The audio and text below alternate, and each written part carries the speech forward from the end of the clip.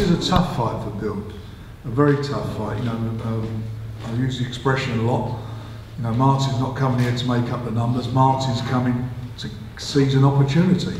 This is such a lively division now, this middleweight division. There's big riches there for whoever comes through this fight. They're going to have the WBO title, and they're going to be a very important part of a jigsaw involving unification fights. So Bill can't afford to slip up, and with the greatest respect to Martin, I'm sure he may feel this way himself. This is his, you know, he's probably his best last opportunity to grab a title, having been cruelly, I suppose in some ways, cheated out of it, or not going to say cheated, been on some end of some very close decisions, and some people feel that he should have been a world champion. But this is his last chance, in my opinion, to do it. So I'm sure, as we all know, he's going to take that opportunity because he's a fighter by trade, and he's a fighter. He's in his DNA. That's how he is. He comes to fight. But for Bill, you know, I think Bill pulled off the best performance of a British boxer away from home since Tyson Fury beat Klitschko, when he beat David Lemieux. I thought it was a fabulous performance, and it showed what he's all about when he's 100%, when he's focused, when he's mentally right, when he's physically right. It showed you what a fighter he is, and unfortunately for him, I think that scared off Golovkin, because they did approach us, but it was like very airy-fairy, and I don't think either Canelo or Golovkin want to fight Billy Joe Saunders. But at the end of the day, he's got to win this fight. He comes through and force fights and make them happy. There are a lot of fights out there for these guys. You know, you've got George Groves, like, you know, maybe there's a catchweight fights against the likes of George Groves, the winner of him and Callum Smith. You've got Daniel James DeGale, he's there, so this is a real good time for the middleweight, super middleweight division, and I like to feel I'm sitting next to the guy to my right who can win both these titles and emulate what Joe Calzaghe did. What's your understanding of Golovkin and Canelo at this moment? Are they going to fight in September? I mean, it's ridiculous. I mean, for me, you know, if you are found guilty, then you should be banned. To be banned for 6 months, I think is, I don't even get that. I don't understand that at all. It's doesn't send out a great message, does it? Well, it doesn't, because most fighters, you know, guys who operate at that level fight twice a year. So you take the PEDs, you win the fight, you get banned. You're banned as from the time you're found to have taken it. 6 months later, you're fighting again. It's pointless. The whole thing is just a pointless exercise. You know, if you want to stop drug taking in boxing, there's only one way to stop it. You've got to be severe with what you're doing, with the sentences. Let's start with Martin. The fight was originally going to be April 14th, and now we're back, and it's happening on June 23rd. What sort of problems has it been to get up to a situation where you're pretty much ready to fight, and then it's taken away from you, and you've got to go through it all again and just sort of bubble along and get yourself beat up? Yeah, obviously I was gutted. Mentally and physically I've never been better than I was 4 weeks off from a fight coming back from Tenerife. You know, the camp I've had with Jamie, Nigel, the boys, it's been absolutely amazing. So when I got back and found out it had been cancelled, I was gutted. So yeah, just that completely take my foot off the gas. I've been in this game a long time now. I know my body better than anybody. I just know about timing right, and I knew that I just needed to, like I said, take my foot off the gas and get myself ready for the new date, which was June 23rd.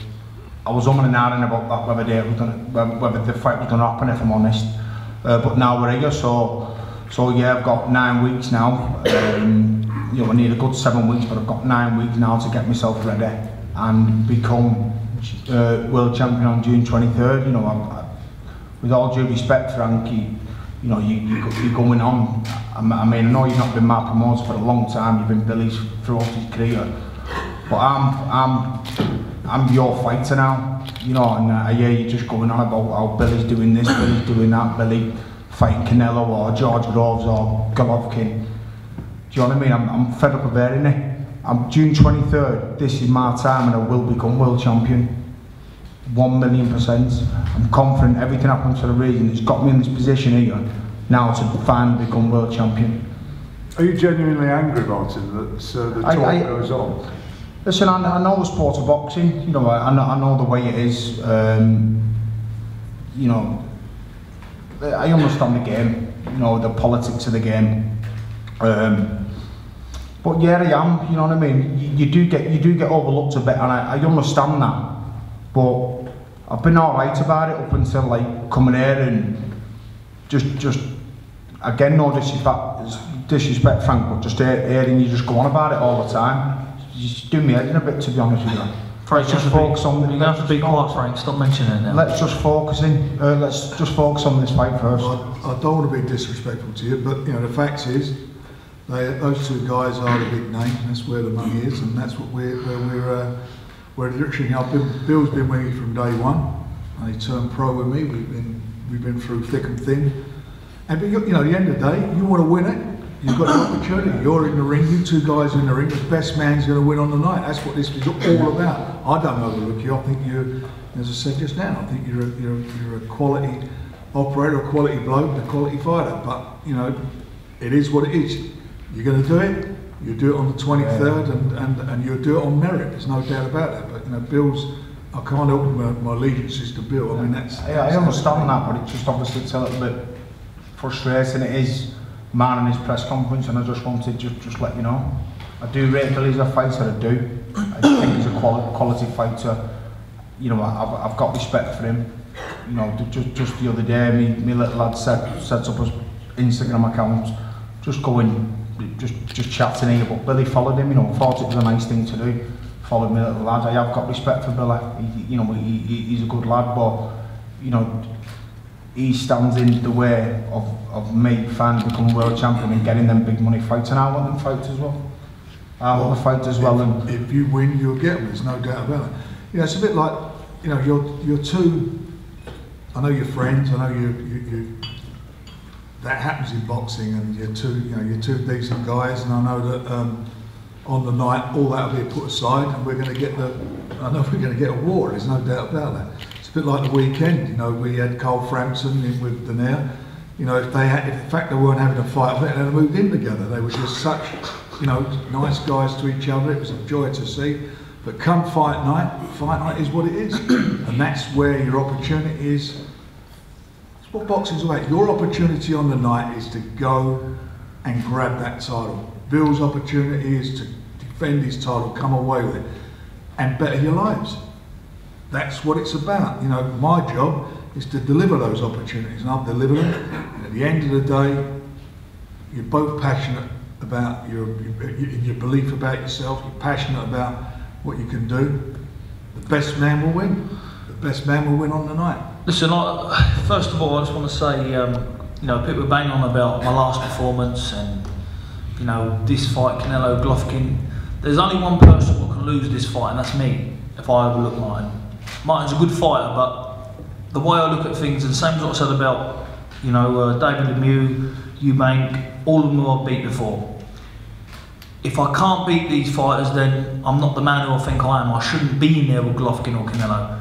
You know, so obviously I'm looking at different routes, but the main thing is that I don't overlook Martin, because like I say, a desperate man's a dangerous man. I've been in desperate situations, you know, myself before.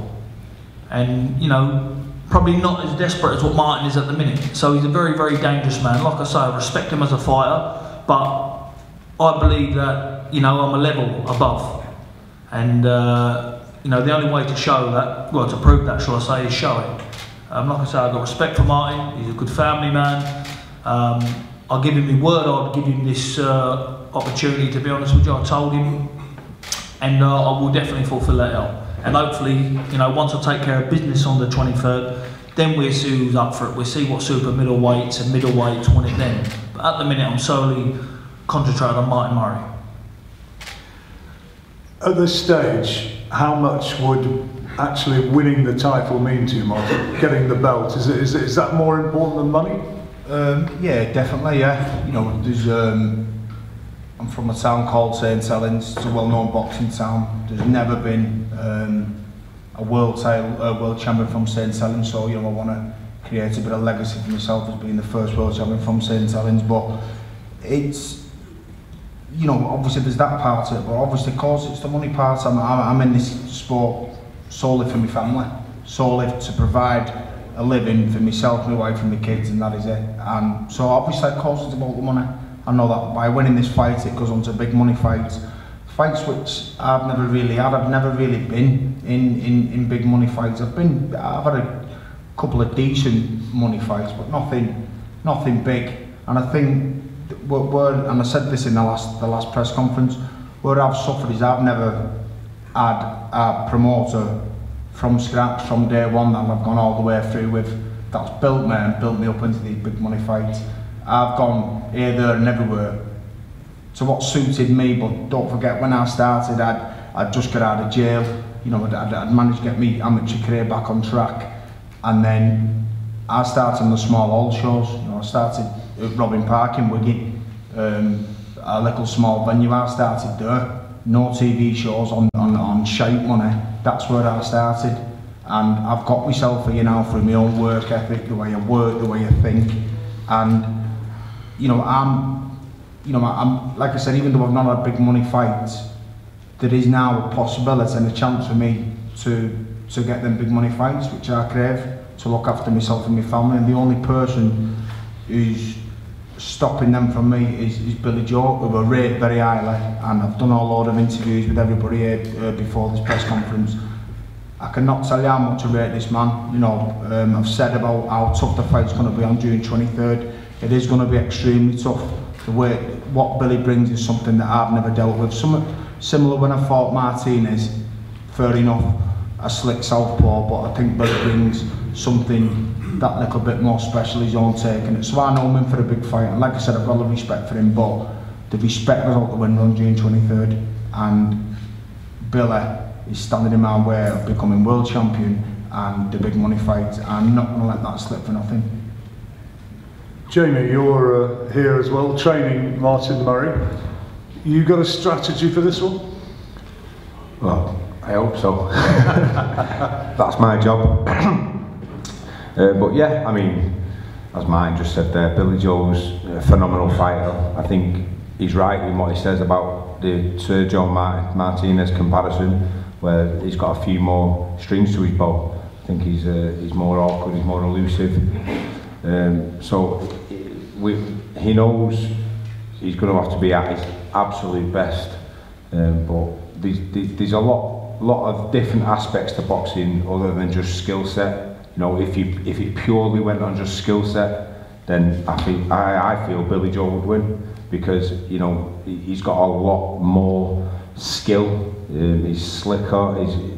He's a southpaw, but Martin's got a lot of attributes which also stack up in his favour as well, and experience is one of them. And size. He's a massive middleweight, but he knows how to get his body down to the weight and stay strong. And again, that's experience in another part of boxing other than, you know, in the ring. So there's lots of different aspects. People are talking to me before the press conference here saying, you know, do you think Billy Joe's going to overlook Martin? Absolutely not. I think people, boxing fans or people in the boxing world, feel that this is quite an easy fight for Billy Joe, but I think people who are close by him understand. I think Dominic Ingle, who I rate really highly, have got a lot of respect for him. They understand this is a tough fight, and I don't for 1 minute believe they've took this fight thinking it's just a tick over time. I think they've planned it thinking we're going to get Golovkin and we need 12 tough rounds to prepare us properly for Golovkin if we're going to be able to go in there and win the fight. So looking at it from their point of view, I understand the way they've gone about it, but I've got so much confidence in my guy. Honestly, he's in a good place mentally, physically, and he's got a lot of experience in his pocket. Billy, does his size, is that going to be a factor? Because I can't think off the top of my head of somebody who physically, as a middleweight, has been bigger than this guy that you've had in your career. No, I boxed Andy Lee, 6'2" southpaw.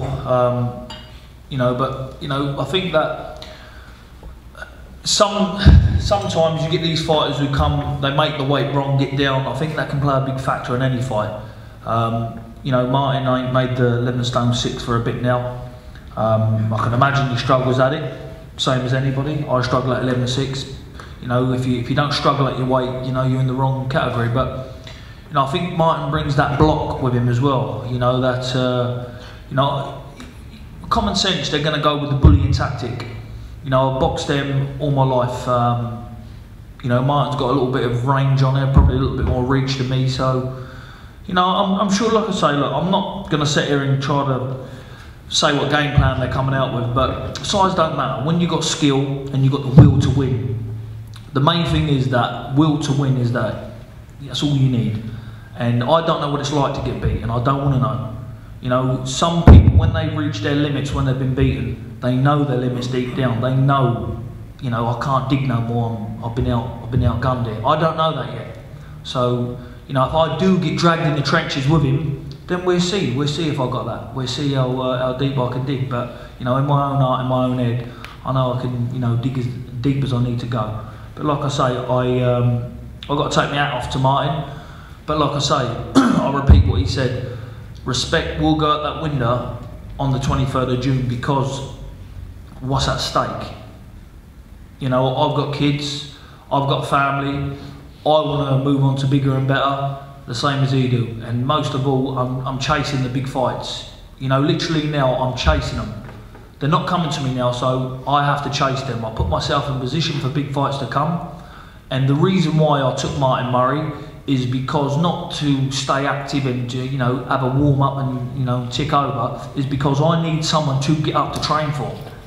You know, there's plenty of people that I could have run Frank Bryan and said, oh, we'll have him, Frank, we take him. But I know deep down, I would never cut corners, but I probably wouldn't value that person in the ring next to me. And Martin, I look at him and I see, you know, he went tough, 11 rounds of Golovkin, you know, fought his heart out. And, you know, I've got to give him respect for that. And I would like, to be honest with you, I would like to get in there to test myself. Am I as good as Golovkin with Martin Murray? You know, would I do a better job? Would I, you know, could I not do a better job? So it's a good tester to see where I'm at with the top guns as well, because, you know, I look at Martin as a good competitor and, you know, a world title challenger, not, you know, turning up for a payday. That's for sure.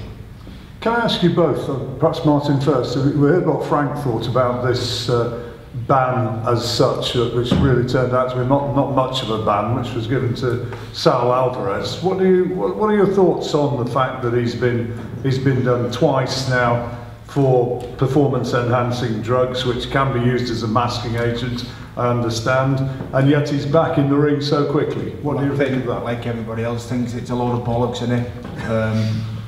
The fact that he's got a 6-month ban, and again I've said it in interviews before here about anybody else not as high profile as him would have got a 2-year ban. You know, they would have done. The fact that he's such an high profile fighter and can generate so much money, he gets a slap on the wrist with a 6-month ban. It's not right, it's a load of bollocks. That's my take on it. Billy? Saw your tweet which you put out as soon as he got done, and I think most people agreed. I mean, the way I look at it is that you get these young fighters coming up now, all these young fighters who ain't grown up really. They're looking at Canelo, looking where he's got and looking what he's become. You know, are they going to think that, oh, we can do that, we get away with a 6-month ban, if that's going to help us get there, we'll do that. That's just, personally myself, I reckon they should make it all legal, let everybody take it. Everybody take drugs. Everybody, you know, then it's a fair playing field, because I'll ban him for life if you get caught with it. Well, that's what I'd say. So, because it's no good hitting him with a 100-grand fine, 200-grand fine, £1 million fine. It's got to be the consequences, because, you know, who's ever in that ring, they've got families to go back to, and we've had a lot of accidents in boxing, especially in Britain. And you know, when you see people like that enhancing their body to do more damage on someone, I think that's it's cheating, and it should be a ban for life, most definitely. Would you be prepared to, bearing in mind what you've just said there, if he beats Golovkin in September, and he's the man then who's out there, and you were going to get in there, you know, I mean, you've got a young son, would you get in there and take that fight against Canelo? Look, like I say, I've got a fight on the 23rd of June first, but, you know, boxing is a business. Boxing is a business, and, you know, I personally now, I rated Canelo very highly. but now he's gone down in my estimation so much. I mean, I don't rate him as a fighter at all, and even if he beat Golovkin, I wouldn't class him as beating him because I still look at, you know, he's a cheat. So, you know, if Frank rang the phone and said there was a few million involved, then, you know, I think I'll have to go in there and have a dust up with him. But I don't agree with what he's done, and I'm sure any man in this room would. Look, you know, we're in a business. I'm sure any man in this room would, but I just don't agree with what he's done, and I think it's a disgrace for boxing, you know, that to happen on a 6-month ban. And you'd go along with that pretty much? Yeah, like you said, for that type of money, you know, I think my mum would fight him and win, knowing my mum. But yeah, obviously, money talks, and we're doing it for our families. I know, obviously, you're taking a risk. I think the other side of it as well is that, you know, he's licensed. You're not asked him. No one's asked him to fight an unlicensed. If he's a licensed fighter and he has a belt and they've given it, he's beaten Golovkin or whatever he's done, he's licensed. So you deal with him. And we're not here to police the sport. That's what the governing bodies are there to do. It's their responsibility. It's not our responsibility. That's their responsibility, and they failed in their responsibility. But going back to what Bill says, it is no deterrent for these young fighters coming up. You know, if you get a slap on the wrist, if you get a 6-month ban, it's completely wrong, and it's kind of teaching other people that they can do it and get away with small fines. It's wrong. Right, well, that's what we've had from up here. Open it up to you now. Any questions from the floor for the guys, or for Frank, or for Jamie? Bill, are you back in full training after your hand injury now? Is your hand? Yeah, back in full training. I've been in full training now for the last 3 weeks.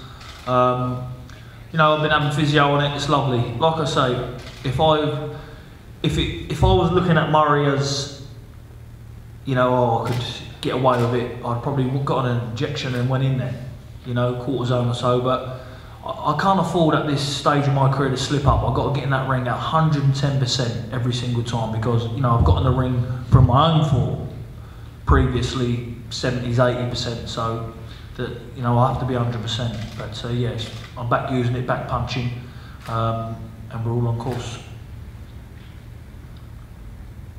Yeah. Any more? Just John? to follow on from what you were both saying about Canelo, what do you think Golovkin should do? Do you think he should fight the winner of your fight? I think, to be honest with you, I think that fight was already made behind closed doors for September anyway. So I don't think that they're going to be looking for anybody else, or, you know, the winner of this fight. I think that solely they're concentrating on the September date, and I think that he will go ahead of it because of the money. And I don't know, maybe after that fight, after September, he might look around, or, you know, maybe vacate a couple of the belts and move up to super middle, or whoever wins it, all depends. Martin, you fought Golovkin. Would you fancy your chances this time around? Definitely, yeah. Definitely, yeah. I mean, it was, you know, by far the toughest, most physical fight in my career. But, you know, when I watched that fight back, obviously he caught me with that body shot in the 4th round. Obviously, Steve, me and you spoke about this. It doesn't bring back good memories to me, by the way, but he hit me with that body shot in the 4th round, and, you know, that changed the whole dynamics of the fight. You know, we caught me with that one shot. Who knows what would have happened at that shot had he not caught me with that shot? You don't know. Obviously, we never will. So there's no point going on about it. But what I'm trying to say is, it changed the whole dynamics of the fight, and I would definitely fancy me chances again, especially with the training how I am now, how I'm feeling, being more experienced, being more mentally happy and physically. Yeah, with Jamie and the lads at the gym, definitely fancy me chance again.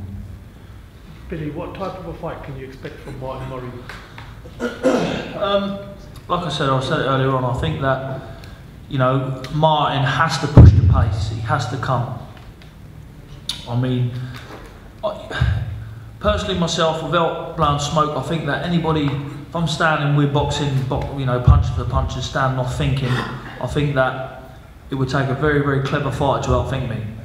So I think that Martin has to use his size. I think he has to go for the bully tactics. bully tactics, but you know, I think he just has to be a bit more cuter than David Lemieux. But like I say, I'm expecting one thing, what he do bring, and he said it himself, is a tough fight, and that's to anybody. And it's been proven in the past. But like I say, I'm 100% on the job, and nothing but 100%. You know, for me, it's not good enough. It's got to be that 100%. Yep. All the talking seems to be only about Canelo and Golovkin, but in the rest of the division, where do you rank Ryota Murata, especially after he beat a former opponent of yours, Blandamura, in the same round you stopped him for the European title? Is he on your radar? Like I say, you know, people chuck names about, people's throwing Golovkin. Like when Frank rang me in, there was talks of that. In my own head, I still have Mike Murray in my head. You know, his opponent that, you know, we were talking about before, Murata, me and Frank, we sat down. I think Frank's got a good relationship with his promoter. The name was mentioned before. Blandamura, you know, he stopped him in the same round as me, but I boxed Blandamura when I was, you know, when I didn't do things right, and I still stopped him in 8 rounds.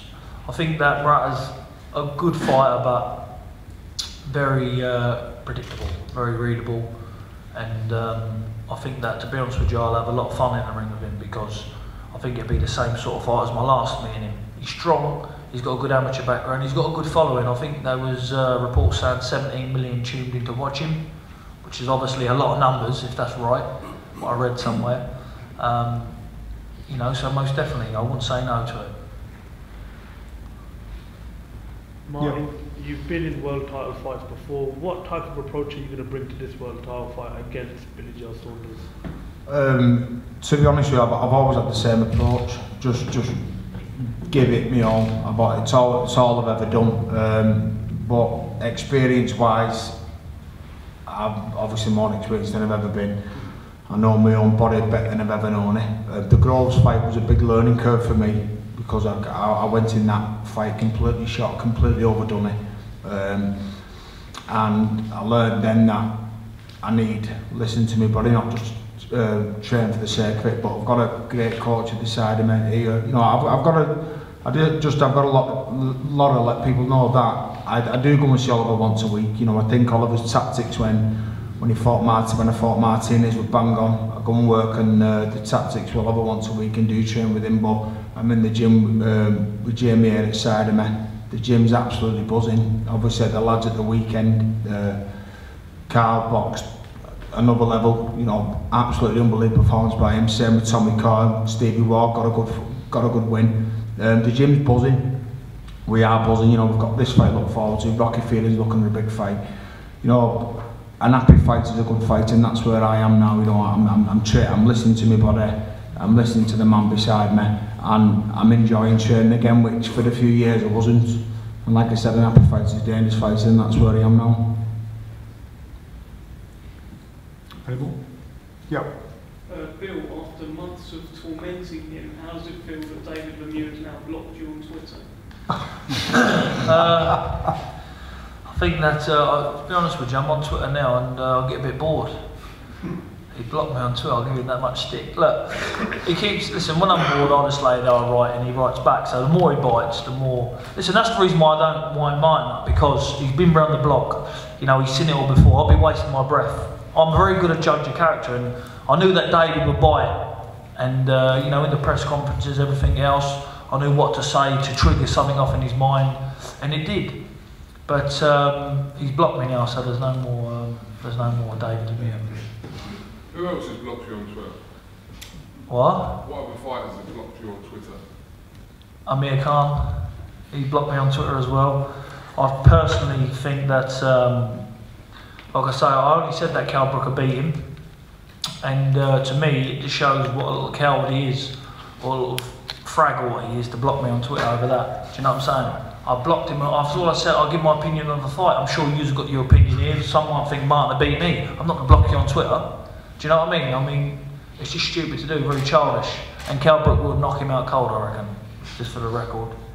And fuck his Twitter as well, so I don't want him for it. I know Cal said he went down. Personally, myself, I don't think that I don't think he's involved. He's interested in that fight, so that's all. Anyway, let's talk about the fight that has been made. And that's this one. It's a great fight, and I honestly do think we could get a really enthralling and a tough fight here on the night. It's going to be good, and the undercard's going to be excellent. Any more?